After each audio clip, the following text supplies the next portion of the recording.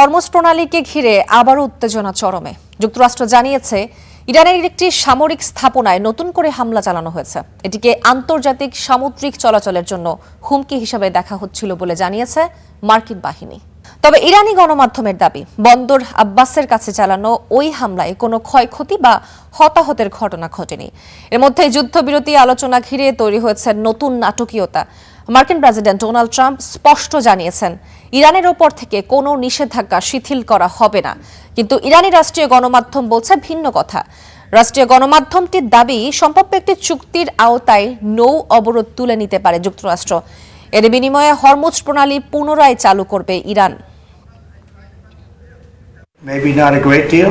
আমরা ইরানে কোনো নিষেধাজ্ঞা শিথিল বা অর্থ ছাড়ের কথা বলছি না। তাদের দাবি করা অর্থের নিয়ন্ত্রণ আমাদের হাতেই থাকবে।